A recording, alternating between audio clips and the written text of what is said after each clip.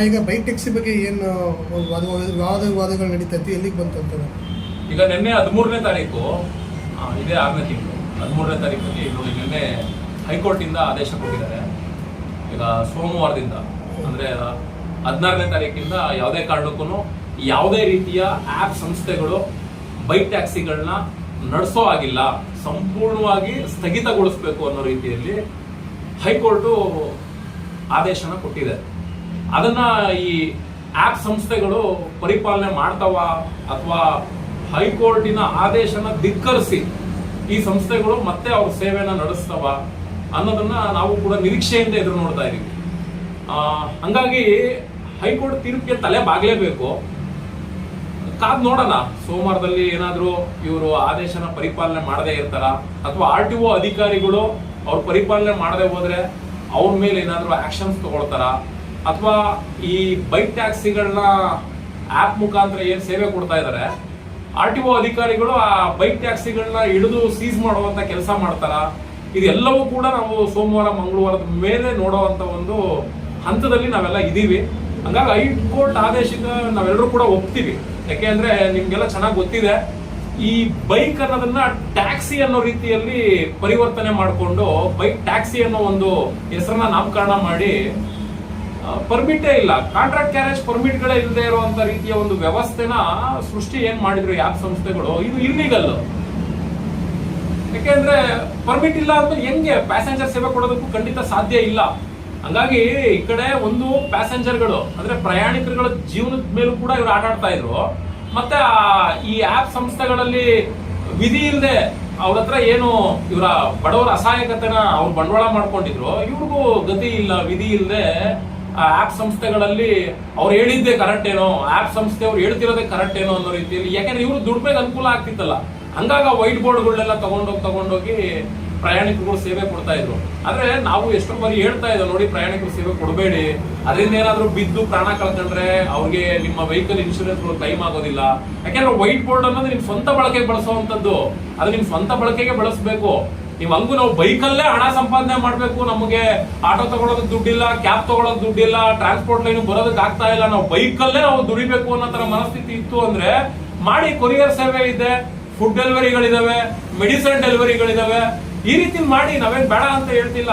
Passenger ಸೇವೆ ಮಾಡಬೇಕು ಅಂದ್ರೆ ಅದಕ್ಕೆ ಲೈಸೆನ್ಸ್ ಇರಬೇಕು, ಅದರಲ್ಲೂ ಎಸ್ಪೆಷಲಿ ಪರ್ಮಿಟ್ ಇರಬೇಕು, ಕಮರ್ಷಿಯಲ್ ವೆಹಿಕಲ್ ಆಗಿರ್ಬೇಕು. ಕಾಂಟ್ರಾಕ್ಟ್ ಕ್ಯಾರೇಜ್ ಪರ್ಮಿಟ್ ಅಂದ್ರೆ ಹೆಂಗ್ ಪ್ರಯಾಣಿಕರು ಸೇವೆ ಕೊಡೋಕೆ ಸಾಧ್ಯ? ಇದು ಮುಖ್ಯವಾಗಿರುವಂತದ್ದು. ಅದನ್ನ ಎಷ್ಟು ಹೇಳಿದ್ರು ಕೂಡ ಈ ಬೈಕ್ ರೈಡರ್ಗಳಿಗೆ ಅರ್ಥನೇ ಆಗ್ತಾ ಇರ್ಲಿಲ್ಲ. ಈ ಕೋರ್ಟ್ ಏನ್ ಮಾಡ್ಬಿಡ್ತು, ಮಿಡಲ್ ಅಲ್ಲಿ ಒಂದು ಟೈಮ್ ಕೊಟ್ಬಿಡ್ತು. ಆ ಟೈಮ್ ಕೊಟ್ಟಾಗ ನಮಗೂ ಅಷ್ಟೇ ಬೇಸರ ಆಯ್ತು, ಯಾಕೆ ಜಡ್ಜ್ಮೆಂಟ್ ಈ ತರ ಬರ್ತಾ ಇದೆಯಲ್ಲ. ಈ ವೈಟ್ ಬೋರ್ಡ್ ಅಲ್ಲಿ ಇವರು ಪ್ರಯಾಣಿಕರುಗಳು ಸೇವೆ ಕೊಟ್ರೆ ಇನ್ಶೂರೆನ್ಸ್ ಹೆಂಗ್ ಕ್ಲೈಮ್ ಆಗ್ತದೆ, ನ್ಯಾಯಾಧೀಶರು ಯಾಕೆ ಈ ತರ ಮಾಡ್ತಾ ಇದಾರಲ್ಲ ಅನ್ನೋ ಒಂದು ಬೇಸರನು ಕೂಡ ಹಿಂದೆ ಕೊಟ್ಟಂತ ತೀರ್ಪಲ್ಲಿ ಬೇಸರ ಇತ್ತು.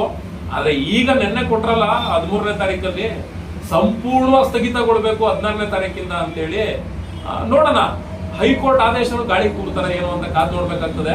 ಹಾಗೆ ಎಲ್ಲೋ ಒಂದ್ ಕಡೆ ನಮ್ಗೆ ನಿನ್ನೆಯಿಂದ ಒಂದು ಅನುಮಾನನೂ ಕೂಡ ಮೂಡ್ತಾ ಇದೆ ಹೈಕೋರ್ಟ್ ಆದೇಶ ಬಂದ್ಮೇಲೆ. ಯಾಕೆಂದ್ರೆ ಹೈಕೋರ್ಟ್ ಅಲ್ಲಿ ವಾದ ಮಂಡಿಸ್ತಿರುವಂತ ಲಾಯರ್ ಹೇಳ್ತಾರೆ, ಸರ್ಕಾರ ಇದಕ್ಕೆ ಯಾವುದೇ ಕಾರಣಕ್ಕೂ ರೂಪುರೇಷೆಗಳನ್ನ ರೆಡಿ ಮಾಡಿ ಕೊಡ್ತಿಲ್ಲ, ಇದಕ್ಕೆ ಒಂದು ಆಲ್ಟರ್ನೇಟ್ ಬೈಕ್ ಅಲ್ಲಿ ಪ್ರಯಾಣಿಕರು ಸೇವೆ ಮಾಡುವಂತ ರೀತಿಯಲ್ಲಿ ಏನೋ ಒಂದು ವ್ಯವಸ್ಥೆಗಳನ್ನ ರೂಪಿಸ್ಕೊಡ್ತಾ ಇಲ್ಲ. ಹಂಗಾಗಿ ಇದು ಸರ್ಕಾರ ಇದ್ರ ಬಗ್ಗೆ ಫೋಕಸ್ ಮಾಡೋದಿಲ್ಲ ಅನ್ನೋ ರೀತಿ ಏನು ಲಾಯರ್ ಹೇಳಿದರೆ, ಅದು ನಿನ್ನೆ ತೀರ್ಪನ್ನ ನೋಡಿದ ಮೇಲೆ ಮೇ ಬಿ ಇನ್ನೂ ಇವತ್ತು ನಾಳೆ ಎಲ್ಲ ಟೈಮ್ ಇದೆ. ಏನಾದ್ರೂ ಆ್ಯಪ್ ಸಂಸ್ಥೆಗಳು ಮಂತ್ರಿಗಳನ್ನ, ಉಪಮುಖ್ಯಮಂತ್ರಿಗಳನ್ನ ಅಪ್ರೋಚ್ ಮಾಡ್ಬೋದಾ, ಸರ್ಕಾರದ ಲೆವೆಲ್ ಅಲ್ಲಿ ಏನಾದ್ರೂ ಪ್ರೋಸೆಸ್ ಮಾಡ್ಬೋದಾ? ಯಾಕೆಂದ್ರೆ ಇನ್ನು ಹೈಕೋರ್ಟ್ ಹೇಳಿದೆಯಲ್ಲ 24ನೇ ತಾರೀಕುವರೆಗೂ ಅಂತ ಒಂದು ಹಿಯರಿಂಗ್ ಡೇಟ್ ಕೊಟ್ಬಿಟ್ಟಿದೆ. ಆ ಹಿಯರಿಂಗ್ ಡೇಟ್ 24ನೇ ತಾರೀಕು ಒಳಗಡೆ ಏನ್ ಬೇಕಾದ್ರೂ ಆಗುವಂತ ಚಾನ್ಸಸ್ಗಳು ಇರ್ಬೋದೇನೋ ಅಂತ ನಾವು ಅನ್ಕೊಂತಾ ಇದೀವಿ. ಯಾಕೆ ಅಂದ್ರೆ ನಿಮ್ಗೆ ಚೆನ್ನಾಗಿ ಗೊತ್ತಿದೆ, ನಮ್ ಸರ್ಕಾರ ಹಣದ ಮೊರೆ ಹೋಗ್ಬಿಟ್ಟಿದೆ. ಜನ ತೆರಿಗೆ ಕಟ್ಟಿ ನಾವು ಜನಕ್ಕೆ ಫ್ರೀಯಾಗಿ ಹಣ ಹಂಚ್ಬೇಕು ಅಂತ ಸರ್ಕಾರ ಕೂತಿದೆ. ಅಂತದ್ರಲ್ಲಿ ಇದನ್ನೇ ಅಡ್ವಾಂಟೇಜ್ ಆಗಿ ತಗೊಂಡು ಆ್ಯಪ್ ಸಂಸ್ಥೆಗಳು ಮಂತ್ರಿಗಳನ್ನ ಬುಟ್ಟಿಗೆ ಹಾಕೊಳ್ಳೋ ಅಂದ್ರು ಹಾಕೊಂಬೋದೇನೋ, ಹೇಳಕ್ ಬರಲ್ಲ. ಹಂಗಾಗಿ ನಾವು ಸಾರಿಗೆ ಸಚಿವರ ಮೇಲೆ ಅವ್ರು ಕಣ್ಣಿಡ್ಬೇಕಾಗಿದೆ, ಮತ್ತೆ ನಮ್ಮ DCM ಮೇಲೆ ಮುಖ್ಯವಾಗಿ. ಯಾಕೆಂದ್ರೆ ಬೆಂಗಳೂರು ಉಸ್ತುವಾರಿ ಸಚಿವರು ಇತ್ತೀಚೆಗೆ ರೀಸೆಂಟ್ಲಿ ಭಾವೇಶ್ ಅಗರ್ವಾಲ್ ಬೇರೆ ಹೋಗಿ ಉಪಮುಖ್ಯಮಂತ್ರಿಗಳನ್ನ ಭೇಟಿ ಮಾಡ್ಬಿಟ್ಟಿದ್ರು, ಏನೋ ಗಿಫ್ಟ್ ಬೇರೆ ಏನೋ ಕೊಟ್ಟಿದ್ದಾರೆ. ಯಾಕೆಂದ್ರೆ ಬಾಂಧವ್ಯ ಚೆನ್ನಾಗಿದೆಯಲ್ಲ, ಏನಾದ್ರು ಬದಲಾವಣೆ ಆದ್ರೂ ಆಗ್ಬೋದು ಅಂತ ನೋಡ್ತಾ ಇದೀವಿ. ಇನ್ನೊಂದು ಇಯರಿಂಗ್ ಅಲ್ಲಿ ಏನಾದ್ರು ಮತ್ತೆ ಸರ್ಕಾರ ಅದಕ್ಕೆ ಏನೋ ಒಂದು ರೂಪುರೇಷ ರೆಡಿ ಮಾಡಿ ಕೊಟ್ಬಿಟ್ಟಿದೆ ಅನ್ನೋ ರೀತಿಲಿ ಏನಾದ್ರು ಒಂದು ಸ್ಟೇಟ್ಮೆಂಟ್ ಬಂದ್ಬಿಡ್ತು ಅಂದ್ರೂ ಇಷ್ಟೆಲ್ಲ ಪ್ರಯತ್ನ ಪಟ್ಟಿದ್ದು ಒಳ್ಳೆ ಹುಣಸೆಂಟ್ ಏನಾಗ ಆಗುತ್ತೆ ಅನ್ನೋ ತರ ಅನ್ನಿಸ್ತಾ ಇದೆ. ಆದ್ರೆ 24ನೇ ತಾರೀಕುವರೆಗೂ ನಾವು ಏನು ಹೇಳಕ್ ಆಗಲ್ಲ. ಆದ್ರೆ 16ನೇ ತಾರೀಕಿಂದ ಅಂತೂ ಮಸ್ಟ್ ಅಂಡ್ ಶುಡ್ ಎಲ್ಲಾ ಬೈಕ್ಗಳು ನಿಲ್ಬೇಕು, ಎಲ್ಲಾ ಆಪ್ ಅಲ್ಲೂ ಕೂಡ ನಿಲ್ಬೇಕು ಅಂತ ನೋಡ್ತಾ ಇದೀವಿ. 16ನೇ ತಾರೀಕು ಮೇಲೆ RTO ಅಧಿಕಾರಿಗಳ ಕಾರ್ಯಾಚರಣೆ ಹೆಂಗಿರುತ್ತೆ, 24ನೇ ತಾರೀಕು ಒಳಗಡೆವರೆಗೂ ಏನ್ ನಡೆಸ್ತಾರೆ, 24ನೇ ತಾರೀಕು ಮೇಲೆ ಹೈಕೋರ್ಟ್ ಏನ್ ಬರುತ್ತೋ ಅದ್ರ ಮೇಲೆ ಏನ್ ನೋಡ್ಬೋದು ನಾವು.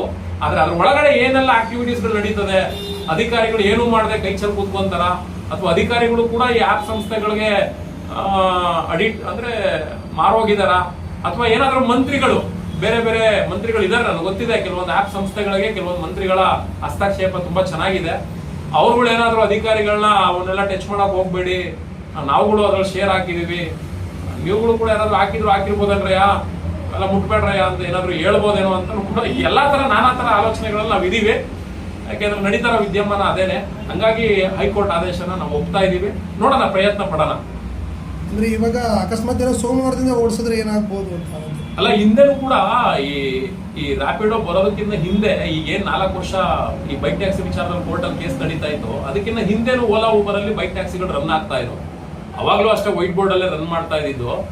ಆಗ ಕಾರ್ಯಾಚರಣೆಗಳನ್ನ ಮಾಡಿ ಆ ಬೈಕ್ ಟ್ಯಾಕ್ಸಿಗಳನ್ನ ಏನ್ ರನ್ ಮಾಡ್ತಿದ್ರು ಆ ಬೈಕ್ಗಳನ್ನೆಲ್ಲ ಹಿಡಿದು, ಆಗ ಮಾನ್ಯ ಇಕ್ಕೇರಿ ಸಾಹೇಬ್ರಿದ್ರು, ಟ್ರಾನ್ಸ್ಪೋರ್ಟ್ ಕಮಿಷನರ್ ಆಗಿ ಇಕ್ಕೇರಿ ಸಾಹೇಬ್ರಿದ್ರು, ಓಲಾ ಲೈಸೆನ್ಸ್ ಅನ್ನೇ 6 ತಿಂಗಳು ಸಸ್ಪೆಂಡ್ ಮಾಡಿದ್ರು. ಆಗ ಸಮ್ಮಿಶ್ರ ಸರ್ಕಾರ ಇತ್ತು, CM ನಮ್ಮ ಕುಮಾರಸ್ವಾಮಿ ಅವರಾಗಿದ್ರು. ಆಗ ರಾತ್ರೋರಾತ್ರಿ 6 ತಿಂಗಳು ಲೈಸೆನ್ಸ್ ಕ್ಯಾನ್ಸಲ್ ಮಾಡಿರುವಂತದನ್ನ ರಾತ್ರೋರಾತ್ರಿ ಏನೇನೋ ನಡೆದೋಗಿ ಬೆಳಗ್ಗೆ ಬರೀ 25,000 ರೂಪಾಯಿ ಫೈನ್ ಹಾಕಿ ಮತ್ತೆ ಲೈಸೆನ್ಸ್ ನ ಕೊಡುವಂತ ಕೆಲಸನೂ ಕೂಡ ಆಗಿತ್ತು ಅಂತ ಅವಾಗ ಸ್ಟೇಟ್ಮೆಂಟ್ ಗಳೆಲ್ಲ ಬಂದು, ಆಗ ಅಧಿಕಾರಿಗೂ ಅಷ್ಟೇ ಪಾಪ ಕಿರುಕುಳಗಳು ಕೊಟ್ಬಿಟ್ರು. ಹಂಗಾಗಿ ಎಲ್ಲಾ ತರನು ಅನುಭವಗಳು ನಮ್ಗೆ ಈ ಹೋರಾಟಗಳಲ್ಲಿ ಆಗೋಗಿರೋದ್ರಿಂದ ಮೇ ಬಿ ನನ್ನ ಪ್ರಕಾರ ಏನಾದ್ರು ರನ್ ಮಾಡಿದ್ರೆ ಪರ್ಮನೆಂಟ್ಲಿ RTO ಅಧಿಕಾರಿಗಳು ಈ ಆಪ್ ಸಂಸ್ಥೆಗಳನ್ನ ಸೀಲ್ ಹೊಡಿಬಹುದು.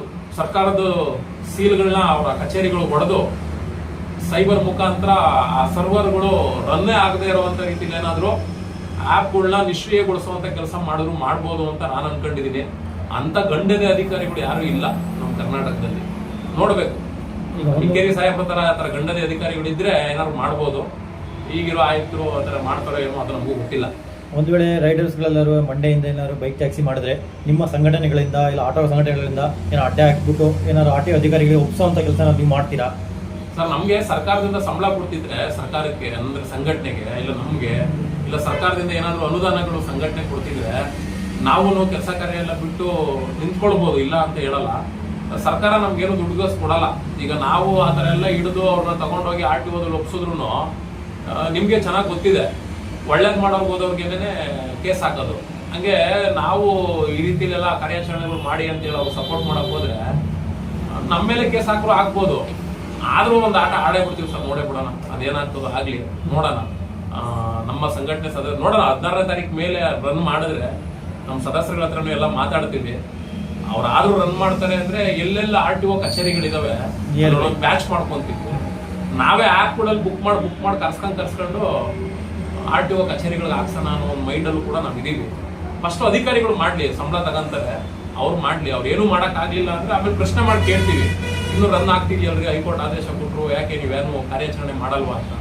ಇಲ್ಲ ನಾವೇನು ಮಾಡಲ್ಲ, ನೀವೆಲ್ಲ ಸಪೋರ್ಟ್ ಕೊಡೋದಾರೆ ಮಾಡ್ತೀವಿ ಅಂದ್ರೆ ಕೆಲವೊಂದು RTOಗಳಲ್ಲಿ ನಾವೇ ಗಾಡಿಗಳನ್ನ ಬುಕ್ ಮಾಡಿ ಕರೆಸ್ಕೊಂಡು ಅವ್ರ ಗಾಡಿಗಳನ್ನೆಲ್ಲ ಖಂಡಿತ ಸೀಸ್ ಮಾಡಿಸುವಂತ ಕೆಲಸ ಮಾಡೋಣ. ಈಗ ನಿನ್ನೆ ಜಡ್ಜ್ಮೆಂಟ್ ಬಂದಿದೆ, ನಿಮ್ಮ ಸಂಘಟನೆಗಳಿಗೆ ಸಿಕ್ಕ ಜಯನ ಅದು?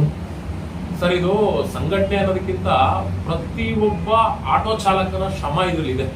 ಯಾಕೆಂದ್ರೆ ನೀವೆಲ್ಲ ನೋಡಿರ್ಬೋದು, ಸಾಕಷ್ಟು ಸೋಷಿಯಲ್ ಮೀಡಿಯಾಗಳಲ್ಲಿ ಈ 2 ವೀಲರ್ಗಳಲ್ಲಿ ರೈಡಿಂಗ್ ಹೋದಂತ ಸಂದರ್ಭದಲ್ಲಿ ಆಟೋ ಡ್ರೈವರ್ಗಳು ನಮ್ಮ ಸಂಪಾದನೆ ಆಗ್ತಿಲ್ಲ, ನಮ್ಮ ಹೊಟ್ಟೆ ಮೇಲೆ ಹೊಡಿತಾ ಇದ್ದೀರಾ ಅಂತ ನಾನಾ ತರ ಪ್ರಶ್ನೆಗಳನ್ನ ಕೇಳಿದ್ದಾರೆ.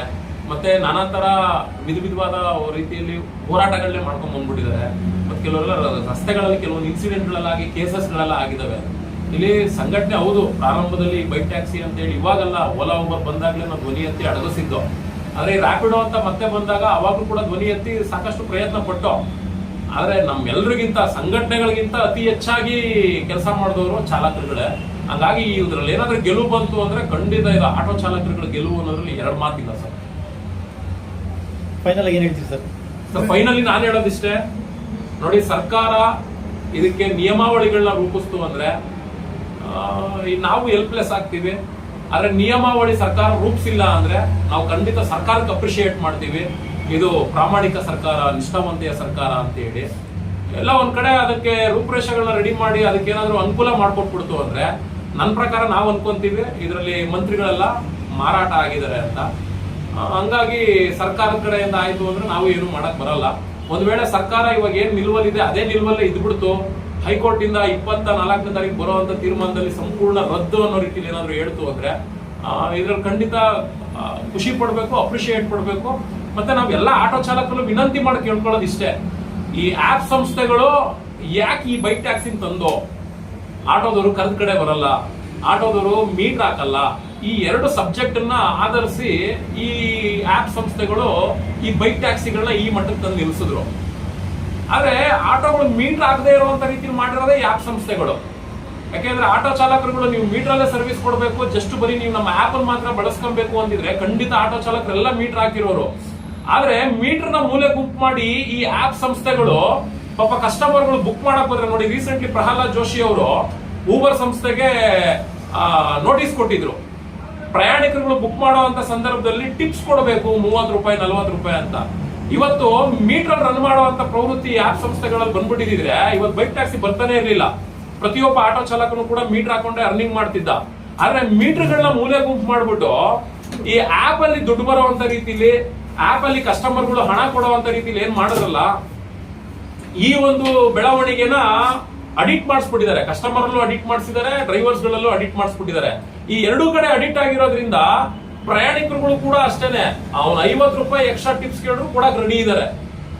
ಇವತ್ತು ಪ್ರಹ್ಲಾದ್ ಜೋಶಿ ಅವರೆಲ್ಲ, ನರೇಂದ್ರ ಮೋದಿ ಅವರು ಹೇಳಿದ್ರು ಕೂಡ, ಸಿದ್ದರಾಮಯ್ಯ ಅವರು ಹೇಳಿದ್ರು ಕೂಡ ಈ ಆಪ್ ಸಂಸ್ಥೆಗಳು ಇವ್ರ ಹತ್ರ ಟಿಪ್ಸ್ ಕೇಳೋದಂತೂ ಬಿಡಲ್ಲ. ಮತ್ತೆ ಆಟೋ ಚಾಲಕರುಗಳು ಕೂಡ ಅಷ್ಟೇ, ಮೀಟರ್ ಹಾಕೋವಂಥದ್ದನ್ನೇ ಮರ್ತ್ಬಿಟ್ಟಿದ್ದಾರೆ. ನಮ್ಗೆ ಇದ್ರಲ್ಲಿ ಎಕ್ಸ್ಟ್ರಾ ಕೊಡ್ತಾರೆ, ಆಪ್ ಸಂಸ್ಥೆಯವರು ಎಕ್ಸ್ಟ್ರಾ ಕೊಡ್ತಾರೆ, ನಮಗೆ ಮೀಟರ್ ಬೇಡ ಅಂತ ಹೇಳಿ ಮೀಟರ್ಗಳನ್ನ ಮೂಲೆ ಗುಂಪು ಮಾಡ್ಬಿಟ್ಟಿದ್ದಾರೆ. ನಿಜಕ್ಕೂ ನಮ್ಮ ಬೆಂಗಳೂರು DC ಅವ್ರಿಗೆ ನಾಚಿಕೆ ಆಗ್ಬೇಕು. ಯಾಕೆಂದ್ರೆ ಮೀಟರ್ಗಳನ್ನ ಕೊಟ್ಬಿಟ್ಟು ಮೀಟರ್ ಪ್ರಯಾಣಿಕರುಗಳು ಸೇವೆ ಕೊಡ್ತಿಲ್ವಲ್ಲ, ಇಂತ ಆಟಗಳ ಲೈಸೆನ್ಸ್ ಗಳನ್ನ ರದ್ದು ಮಾಡಬೇಕು, ಪರ್ಮಿಟ್ ಗಳನ್ನ ಕ್ಯಾನ್ಸಲ್ ಮಾಡಬೇಕು ಅನ್ನೋ ರೀತಿಯಲ್ಲಿ ಯಾವುದೋ ಸ್ಟ್ಯಾಂಡ್ ನಿಲುವುಗಳನ್ನ ತಗಂತ ಇಲ್ಲ DC. ಏನೋ ನಿಮ್ಗೆ ತೋಚಿದ್ ನೀವು ಮಾಡ್ಕೊ ಹೋಗ್ರಾಯ ಅನ್ನೋ ತರ ಬಿಟ್ಬಿಟ್ಟವ್ರೆ.